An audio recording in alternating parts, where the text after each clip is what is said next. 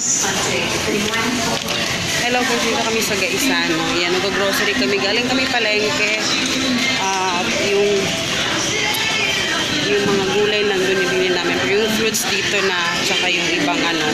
So yan, samahan nyo kami guys.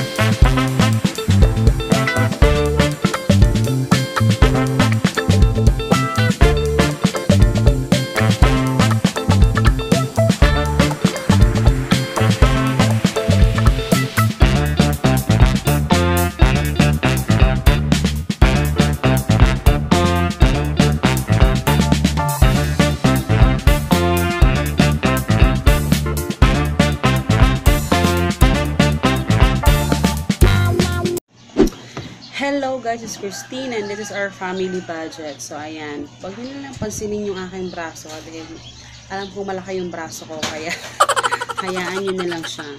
Hayaan mo sila. Kanina is nag-grocery ako, 1 week grocery. So nung nag 2 weeks grocery ako guys, medyo fail ako doon.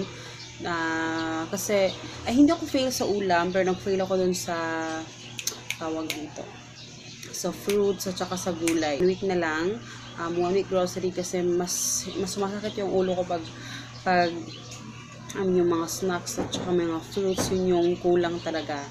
Pero ayun, so nag-grocery ako din for 1 week. Kami naman kung ano yung dinadala ko na listahan, diba? Yung ano, yung aking total, all in all, sa lahat ng mga bibilhin ko. So, ayan, 1,400, ayan siya guys. So, 1,432. Ayan, 1,432. So, yan yung dapat na maging total ko. And then, so, kanina, first na napunta kami is dun sa palengke. So, napalengke kami. Sobrang hirap guys dahil nandun si Hagrid. Si Hagrid guys, sobrang hirap na hirap akong mag-ano kasi hindi ko na siya inano kay mama. So, dinala ko kasi maagang kasi kahapon is Sunday. Hindi kami nakapag-grocery kahapon. Nandun lang kami kina mama. So, nag-decide ako na hindi na lang umalis. So, yun, nagsikahan na kami ni mama doon. Palengke, yung binili ko lang talaga is yung mga gulay lang. Yung gulay lang talaga, yun lang. Sa palengke ko ito nabili guys. So, bumili ako ng, ito yung favorite talaga namin, yung kangkong. Yun. Kangkong, eto. So, meron akong 2 kangkong binili. So, 15 each tali. So, 15 pesos. Yung each tali nito. So, 2 yung inano ko. Kasi marami akong paglalagyan yan. So, itong broccoli. Ito yung pinaka-best deal na nakuha ko. Naghanap ako, actually, 2 doon. Medyo mahal yung isa, nasa 120 ata yung per kilo. Pero nakakita ako doon sa, medyo mura lang siya. At saka, napaka-green pa niya. So, bumili ako ng bali 100 pesos lang nito. So, 3 ito. Kasi, i-ano ko to sa freezer. Ilalagay ko to sa freezer, ikakat. Tapos, ilalagay ko sa freezer para talagang hindi siya masira. So, ayan. Yung isa nito, meron akong planong i-film. Pero, ayan, antayin nyo. Lord. Ayan. Bumili ako ng, mga lang to. Luya. This is, hindi ko alam kung magkano yung luya. Kasi tinotal, basta bumibili ako sa kanya, isa lang yung binibilhan ko. Pinatototal ko lang sa kanya kung magkano lahat. Kung kamatis. Pero yung kamatis, magkano yung kilo nito, nakalimutan ko. Pero yung total nito is 26. Luya, kamatis, at saka yung garlic. 3 pirasong, ganito. Then, ham. Minsan lang ako bumibili ng ham. Sabi ko, why not bumili ng ham minsan-minsan. Tapos, lemon. Medyo mahal yung lemon ngayon. 15 per yung, yung salmon. Yung maliit na salmon. Sobrang mahal ng isda. Diyos ko Lord. Ang mahal ng isda guys. Kaya hindi ako bumili. And then, eto naman. Sa Gaisanos, pumunta kami sa Gaisano ni Hagrid. Okay naman, kailangan nakaganyan ako sa ano, para malit na aking is 887.95. Ayan. 800. Ayan, 887.95. Pero, hindi pa ito kompleto guys. Meron pa akong mga kulang dito. Tingnan nyo naman. Yung aking na ano na. Parang na ano na yung mukha niya. Ito, 74 pesos. Ito 75. Na yun yung price niya. Gustong gusto ko yung organic talaga kasi habang tumatagal guys, yun na may anak na ako. Sobrang napaka tinitinan ko na parati yung kinakain namin kasi syempre grabe na yung mga injection na nagaganap sa manok ngayon. Kahit hindi sa manok, kahit sa pork. Kaya yun, minsan na kami nagpo-pork. So, eto, medyo mahal kasi yung organic. Anong drama ng manok? Medyo mahal yung organic at dalawang ganito yung kailangan ko. Kasi si Papa kakain siya ng itlog. Hey, finally! Kakain na po siya ng itlog. Kaya, hindi organic yung binili ko dahil mabuson si Hagrid ng gatas at kailangan kong bumili ng gatas dahil importante yun. Bumili din ako ng oil. Konting oil lang. Grabe naman itong manak ko. At saka yung, alam nyo, yung napansin ko sa Golden Fiesta, ano talaga siya, kahit piniprituhan mo na siya, hindi talaga siya, parang yung kulay nasa, eto sa palm oil na Golden Fiesta, sobrang linaw pa rin. Parang mas lalo siyang lumilinaw pag nilulutuan mo siya. Kaya ayan, this is 51 pesos lang. At eto, Lecom Key na Panda brand, oyster sauce. Yan, medyo mura na lang to, 63 ata yung price nito. Eto yung mga fruits ko. Okay, sobrang dami kong saging kasi dumating yung lola ko galing sa may bukid sa amin. Pag pupunta siya dito talagang magdadala siya ang daming saging. Kaya dalawang eto na apple. Alam niyo ba, eto lang guys sabihin ko, hindi ko alam kung ako lang, pero napapansin ko, kasi ako talaga bumili ako ng apples doon talaga sa palengke. Ang dami ko kasi nakikita sa Facebook, sa mga internet, ang daming mga ganito na parang yung mga fake or yung para bang iba yung niya. Kasi napapansin ko sa lasa doon sa palengke na apple. Ngayon, kasi before hindi naman ganun, pero napapansin ko talaga kasi doon talaga ako namimili ng apple ever since. Iba yung lasa niya, parang hindi siya apple, parang nagiging yung lasa niya at saka amoy niya, parang amoy cherry na parang, basta iba yung niya, iba yung kulay niya. So parang nagtataka din ako bakit ganun yung lasa niya. Tapos yung one time, yung January yung, New Year, talaga yung apple talaga guys, sobrang pulang-pula, as in pulang-pula talaga, masasabi mo pulang-pula, tapos yung presyo niya sobrang mura. Alam naman natin yung red apple sobrang mahal. Pag makikita mo talaga siya doon sa bangketa, talagang maiinga niyo kung bumili, sobrang ganda niya. Pero parang siya, parang pinulayan lang, parang ganun. Parang eto lang na apple na pinulayan lang nila. So, parang hindi na ako nag-aano talaga sa bangketa. So, parang ilang buwan na din na bumibili ako ng apple doon sa malls. Medyo mura din naman itong Fuji apple doon sa Gaisano, kaya okay lang. Kaya yun, check nyo guys kung ganyan ba yung na-experience, i-try nyo kasi yung apple sa Gaisano, hindi naman ganun yung lasa niya talaga.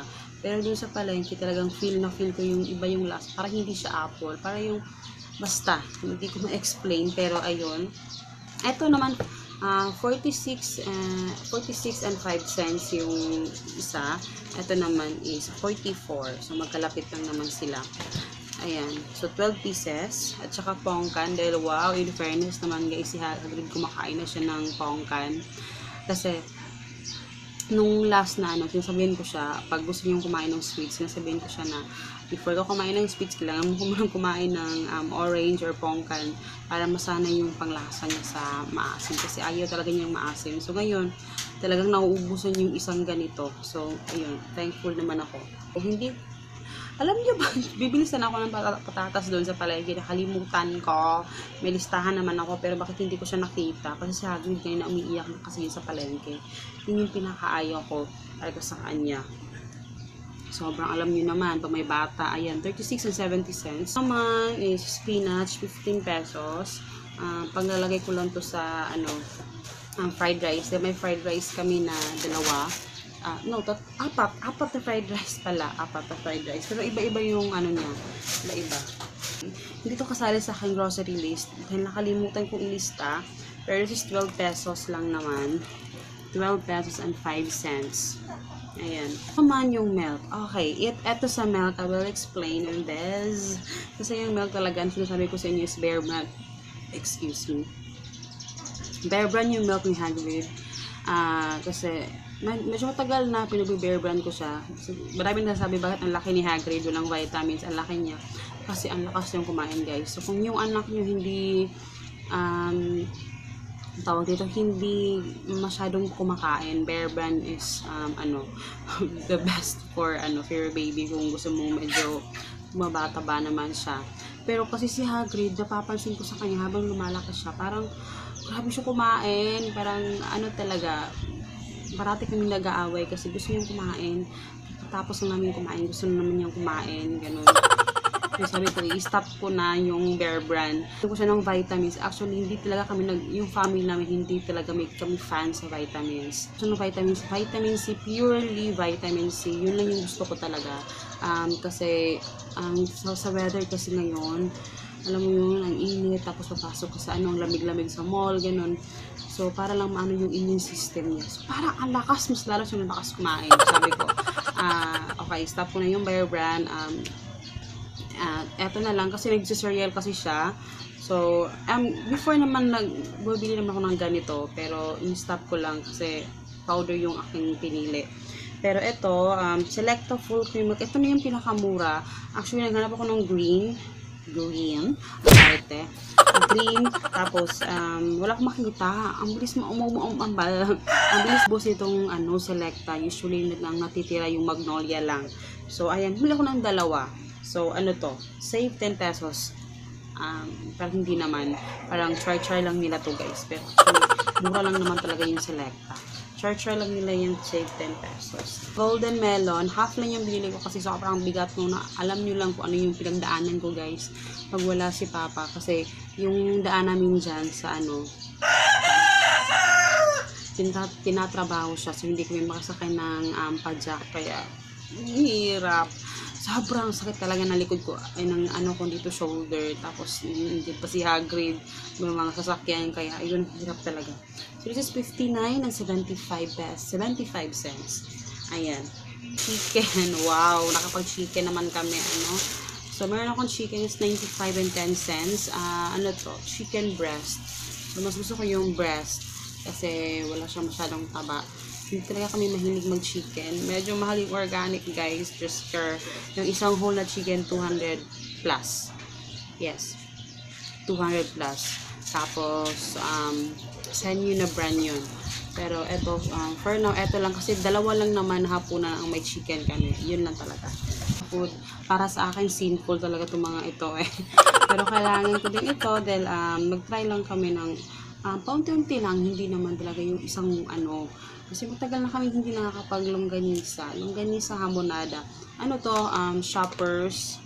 Ito, 50 plus, parang ganun. Tapos, bakit ko nakatingin? Tapos, bitchen. Okay. Hindi ko na-explain kung bakit. Pero, ayan, gumagamit ako ng bitchen sa pagluluto ko, guys. Marami nagsasabi masama daw ito. Feeling ko hindi naman siya masama. Masama lang siya talaga pag sobrahan. Kasi nasa advertisement naman na tak, yun na yung sabi niya. Konting-konti yung daw ilagay. Hindi pwedeng yung isang bitchen na yung talagang ilalagay mo doon. Yung masama na talaga yun. Feeling ko, ganun. Kasi yung nanay ko, yung lola ko talaga ever since gumagamit naman siya ng bitchin. Pero wala naman siyang, wala namang something na naganap. Ayun. Depende rin yan. Lahat naman masama, sumasobra. So, ayun. I-explain ba talaga ako, no? Pero ayun lang. Yun lang yung aming. Tapos, papakita ko sa inyo yung aming meal plan for this week dahil medyo may changes na siya. So, eto siya guys. Pasensya na sa aking sulat guys. Alam nyo naman, hindi namin kagandahan yung aking sulat. Ayan, beef with broccoli, with fish. Tapos, fish with tokwa. Actually, yung tokwa ang hindi ko nabili. Ayan, eto yung pork sabaw. Ayan, ground beef. Omelette, egg omelette, and ham. Tinapayan, lahat.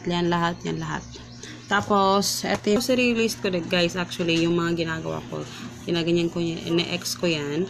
Ina-ex ko, pagkatapos, nilagyan ko ng price na dito para may idea lang ako next time na mag-grocery ako. Meron akong idea kung magkano.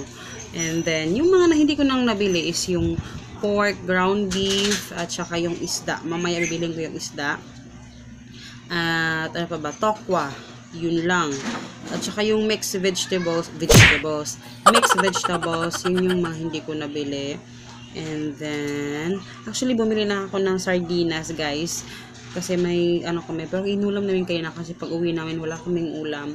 Tapos, wala kaming gas dahil naubos na kami ng gas kaninang umaga sa tapay pa bibili mamaya.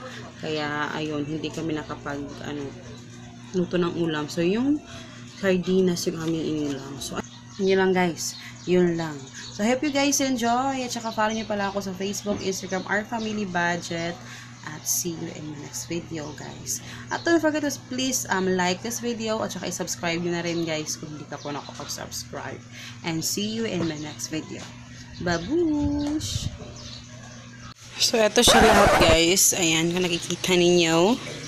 Ayan, meron pa doon si Hagrid. At yung aking nahulog na broccoli. At syempre, huwag kalimutan yung ating kalat. Ayan siya. And kailangan na natin itong iligpit.